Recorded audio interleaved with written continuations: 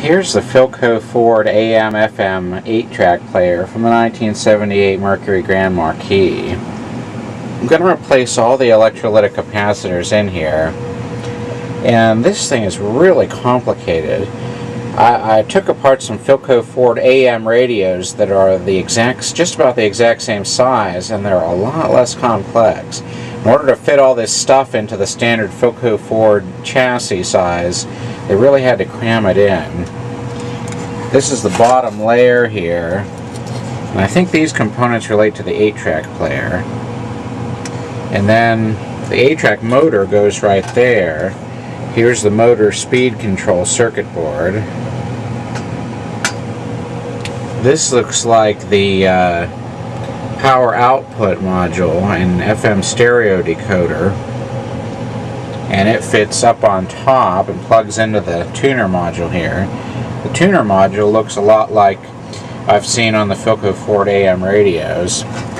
Then this piece goes on the side. This looks like the IF stages, and it looks like the RF converter and IF stages.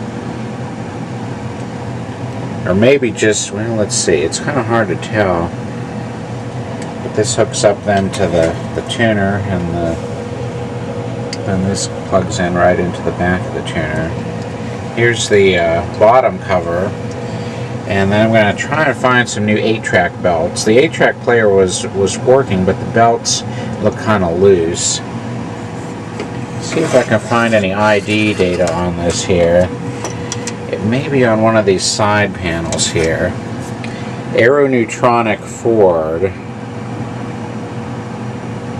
And there's another ID plate on it. Ford Aerospace and Communications Corporation, which actually is Philco. The Philco division of Ford, for some reason, lost its Philco name and just became Ford Aerospace and Communications. But it is actually what used to be Philco. So what I've found here are electrolytic capacitors. I'm going to make the list to order them from Mauser. See if I can clean up the sound on this. It worked, but it didn't really sound all that great. And I'm going to try and replace all the speakers after 32 years in really hot Texas sun. I'm sure those speaker cones are just about had it. I look forward to hearing the Philco-Ford radio play again. I've just got a Sony portable radio right now on the Grand Marquis, so I can listen to music while I drive. But it sure will be great to have the original radio back in there. And it's kind of rare to even have the original radio. Too often AM radios came with them and they got replaced by aftermarket car stereos.